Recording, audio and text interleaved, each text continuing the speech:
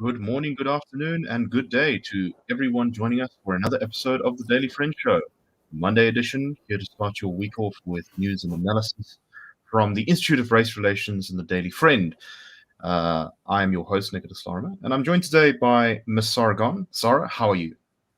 Hi, Nick. Good. And you? Very good. I am pretty good, all things considered. We are By recording the end of the slightly day, we earlier. should have sorted that out.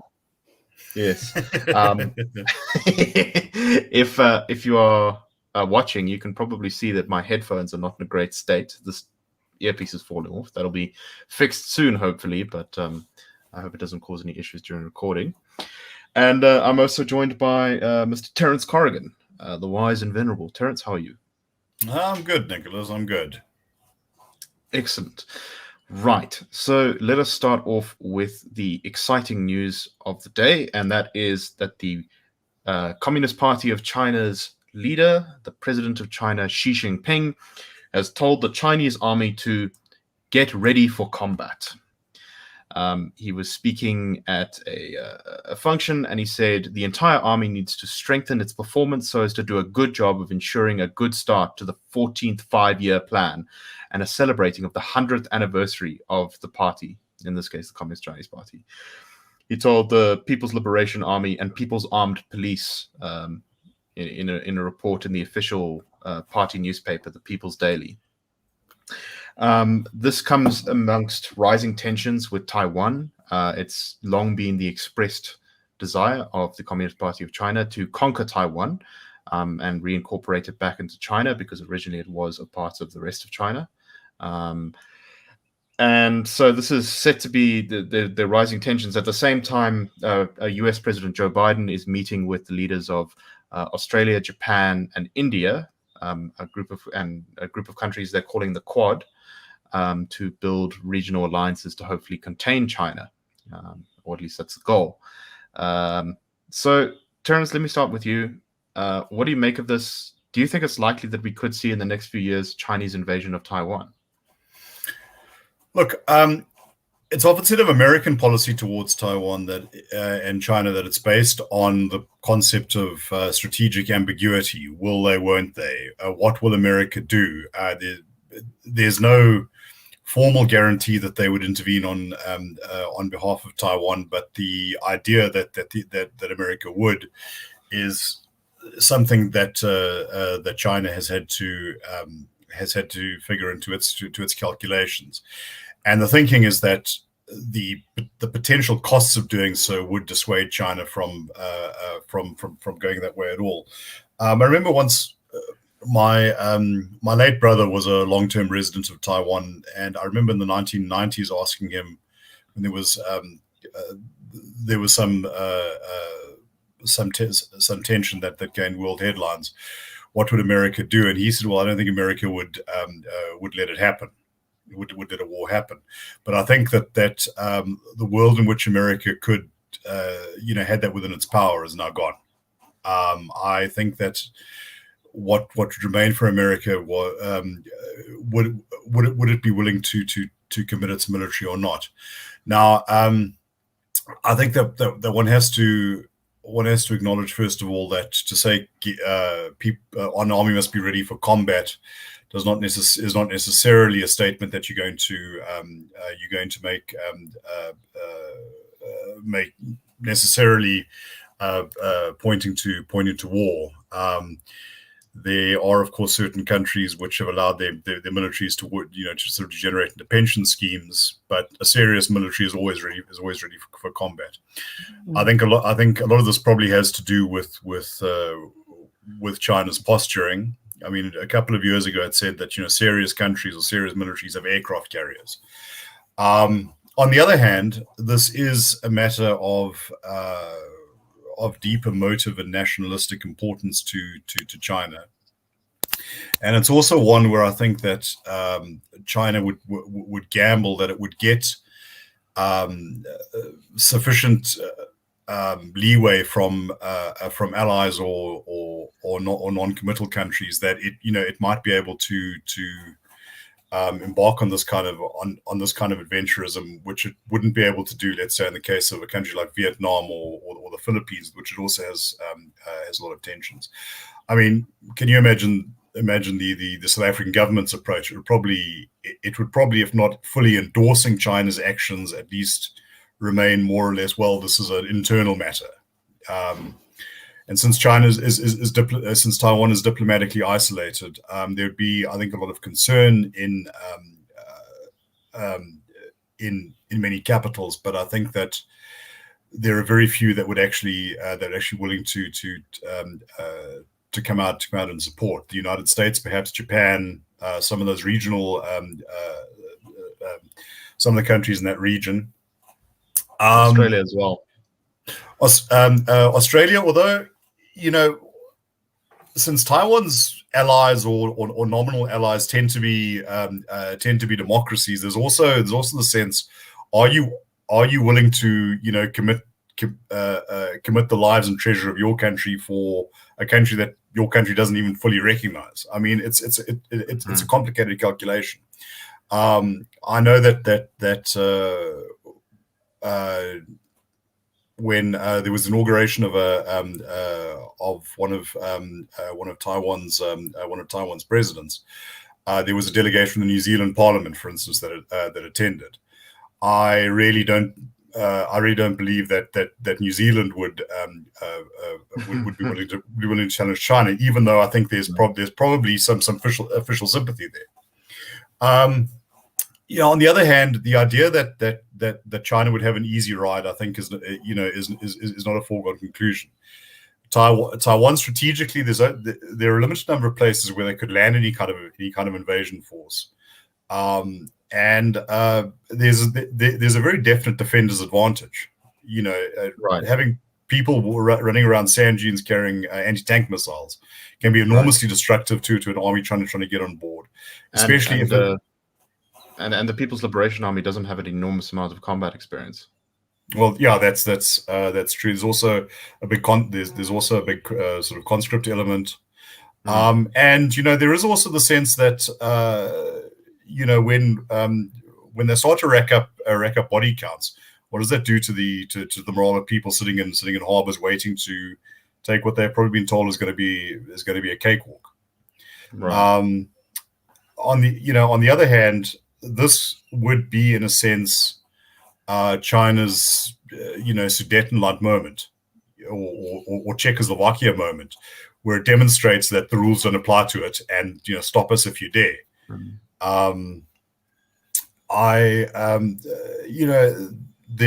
There are a great many many variables, but what I think would have been almost unthinkable 20 years ago is now thinkable.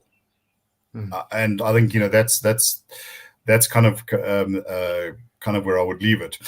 Just one more thing. I do remember when I lived in Taiwan, there was an article that had been written in a prominent journal, which posited what's called a decapitation strike.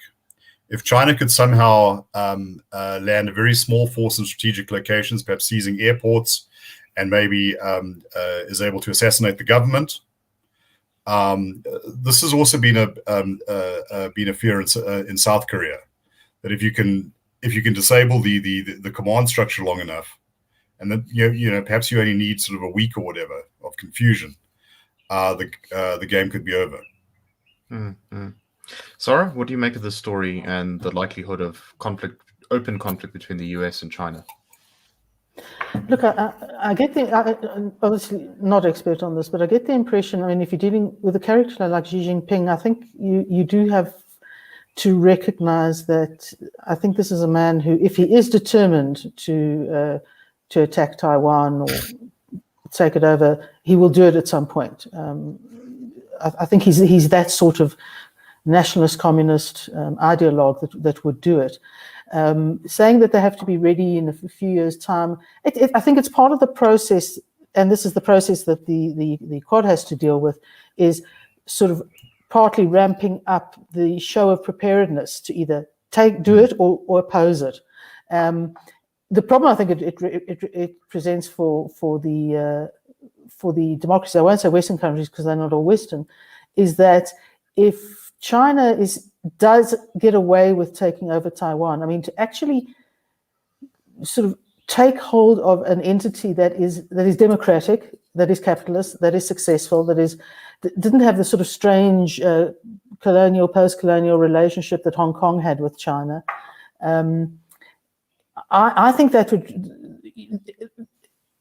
has the potential to absolutely solidify China as the world dominant power, because if they do it and they get away with it, nothing else kind of matters. The autocracies will come on board, are likely to come on board with China, and they're left with the democracies who, I think in military terms, are largely becoming softer and softer, EU in particular. So I think these alliances with countries in the region and how they present themselves and how they appear to ready themselves is going to be crucially important. I think they must at least be seen to be trying to match China, sort of diplomatic moment for diplomatic moment, or undiplomatic moment, as the case may be. But I think it's very worrying, because it would literally allow a power that wants to take Taiwan. I mean, there's no doubt about it, just wants to take Taiwan. If they sort of took them, we could probably all pretty much give up and go home. Right. It would be the first destruction of a sort of functioning democratic country since the Second World War, which is, I think, quite, it's not a good precedent. That's what I mean by the Czechoslovakia moment. Exactly. Yeah. And I think after it's achieved that, all bets are off. Something that sort of any amateur historian of the 1930s knows is that Czechoslovakia had a 1 million-man army, border defenses, and whatever. If there was going to be a time to oppose Germany, there were two moments. One was when they remilitarized the Rhineland, and the German general staff was saying was putting out feelers saying, "Please oppose us, and then we'll get rid of Hitler." And then there was Czechoslovakia, and they were sold out. The question then becomes, we live in an age where you can incinerate a city in a matter of seconds, and I think we've got the world has the ordinance to do that, several times over for every major population center. Do you go head to head with a country that can that is capable of doing it? Does it come down to the will of the respective regimes? And if you have that sort of battle of will, where would you place your bets on an autocracy that will tell its people what to think, and throw them in prison if they don't get in line, or with one that is acutely sensitive to the idea of body bags going home? Right. Can I just suggest that, and I think this is a bit of a problem with the way the West deals with Iran, is that when an undemocratic, autocratic country repeatedly threatens to invade a state or attack a state or whatever it is, it's a paradigm we actually have to take seriously. And I think there's a tendency in the West to say, well, it's really unlikely, they're just saying this and da. I think it's just rhetoric. If Iran says, we want to destroy the state of Israel, take it seriously. Whether you think they have the power, the military power to do it or not. If the ideology is strong enough, take it seriously. Take it very seriously. Right. Absolutely. Yeah. Look, who would have imagined that Ukraine, could have a big slice, chopped off itself. Ukraine was sort of increasingly integrated into the European sphere. It had given up its nuclear arsenal because a lot of the old Soviet Union had its stuff, placed in Ukrainian real estate, and there were all sorts of guarantees which meant nothing when the Russians decided that Crimea would look better, behind a different political line. I think also societies, I think, are capable of reaching a point where they just are unable to exercise that sort of cognitive connection to to an existential threat. And it's not it doesn't augur well. Right. I think this is something to take very seriously.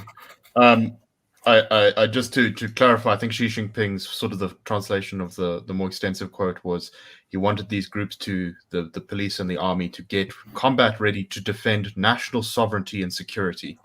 I think is the full title. And Chinese national sovereignty does basically they often includes Taiwan in their official proclamation.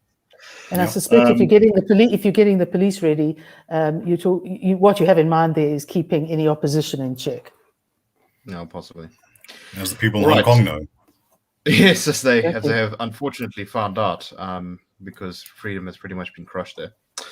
Okay, let us move on back to South Africa to talk about the news that broke on Friday in the early hours, and that is that the Zulu King, Goodwill Zwelithini, died at the age of 72. He was the Zulu's longest reigning monarch. I think he was king for about 50 years, which is much longer than any other previous king. President Ramaphosa said that he will be given a state funeral, which is normally reserved for presidents and former leaders and that kind of thing. He's going to lie in state in the Royal Palace in Ngoma in KwaZulu. And there's been a lot of obituaries and things written for him. I see the Zulu monarchy has gotten, or the official body of the monarchy has gotten very upset at some of the reporting on him. I think they referred to reporting the Sunday papers on Goodwill Zwelithini as vile lies. And of course, he's had a very complicated and long political history in South Africa. He fought with IFP leader Mangosuthu Buthelezi during apartheid. I think they're cousins, actually. And he accused Buthelezi of being a stooge for the apartheid government. He's also criticized the ANC in the past as being mishandling the country. But he's also drawn criticism for things he allegedly said about foreign nationals, which then were followed by xenophobic attacks. And he disputed these, that he had anything to do with these, and he said that he was misquoted. He said various other controversial things over the years. So, Sara, let me start with you. What do you make of Goodwill Zwelithini, and where do you think the Zulu monarchy goes from here?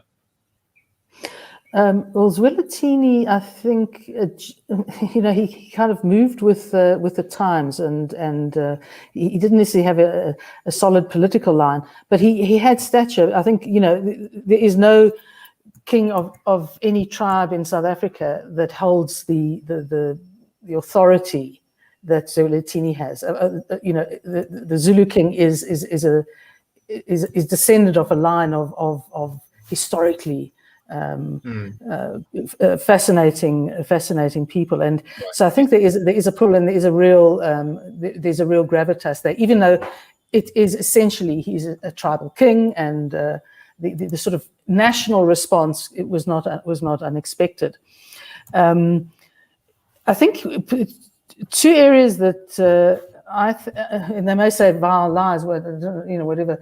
But I think the area that he threatened to really derail on in recent times was his chairmanship of the Ingonyama Trust, which basically managed, I guess would be the word, all the land that was essentially held for the Zulu people, and the trust is meant to look after it. And that comprises about what is something over 23 odd % of the whole of KwaZulu-Natal. So it's really not insignificant. And it was essentially bequeathed to him in the dying days of apartheid by the nationalist government. So he obviously became very sort of proprietary about it. And where it started becoming a problem was as the idea of constitutional rights became a greater reality, people were starting to chafe against his chairmanship of the trust, because they were paying to lease land that essentially was theirs, and it was the trust that was charging for that land, and people did not have the ownership that we insist is what you need in land to be able to progress economically. Right.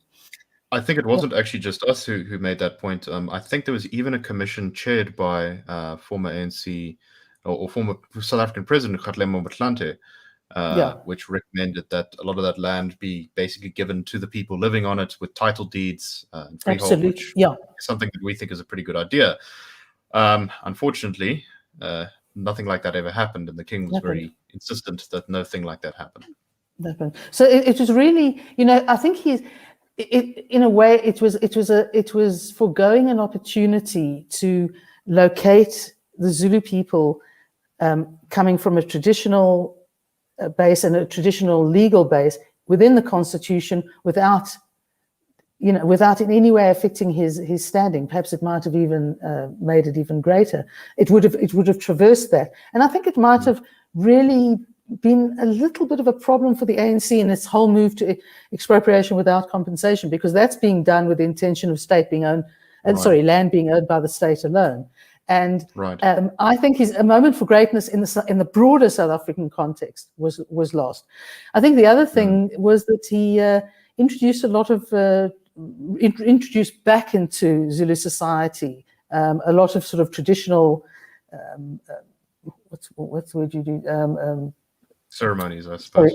Ceremonies and processes like that. And of course, the controversial one, which appeared to be most controversial outside of Zulu society rather than much inside, was the reintroduction of the reed dance, which is having, what was the term they used? Nubile young women, bare-breasted, needless to say, essentially once a year dancing for the king. It was a sort of a combination of rite of passage and a sort of celebration of the time of year.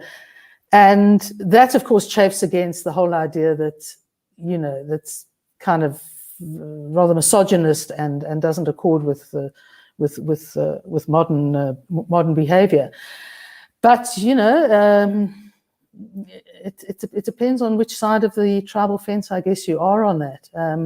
But certainly, whatever his faults are, and his faults were not inconsiderable, I think he was to some extent a unifying force, even if he was politically kind of moved in the wind a bit. Yeah, I think that's broadly right. I must say I'm a bit of a crazy person. Along with Herman, I quite like monarchies as an idea, as a constitutional thing. I don't like them so much when they actually have power to do things, like in this case, the Zulu monarchy does have control over the Ingonyama Trust, as you said, which is, I think, not ideal. So I think it is a bit sad when you lose a sort of important sort of national cultural figure like this. Terence, what's your take on the Zulu monarch and the succession battle that's sure to follow now, and one that I think will be quite contested? Well, I think one thing to remember about the Zulu monarchy is that it has a great deal of cultural power, and not inconsiderable budgets and things like that, which is not unique to monarchies. I mean, religious leaders, people who operate in those cultural spaces, all of a certain pull like this. But the Zulu monarch is the heir to the Zulu state, which has a particularly kind of celebrated history. You ask these middle-aged amateur historians in England, about South Africa. It's always the Zulu War. Some Taiwan. Not one but two internationally competitive movies were made about that conflict. So there's a certain mysticism there, but he also got caught up in the politics of the time. Buthelezi and the IFP were quite adept at invoking that royal heritage and the idea of the claims of the Zulu monarchy as distinct in theory, if not always in practice, from the IFP's agenda in the late 80s and early 90s. Subsequently, the ANC, which in the early 90s had spoken about an apolitical monarchy and reigning but not ruling, discovered that there's certain political benefits to be had from getting your traditional leaders on side. Right. Can I interrupt briefly to say that this is a big problem in South Africa, or a big change in South Africa. The ANC went into 1994 saying the chiefs, no good, ancient, old, feudal thing, need to be gotten rid of. And very quickly, the chiefs and the ANC merged together to the point where they're an important part of ANC support in rural areas. Well, the ANC went from being a modernizing party in that sort of Cold War communist mold, if you like. Right. The Shah of Iran apparently died devastated that he had been kicked out by the Islamists and not by the communists. The communists, at least, were living in the 20th century. As much as they wanted to be rid of him, he could at least understand the mentality.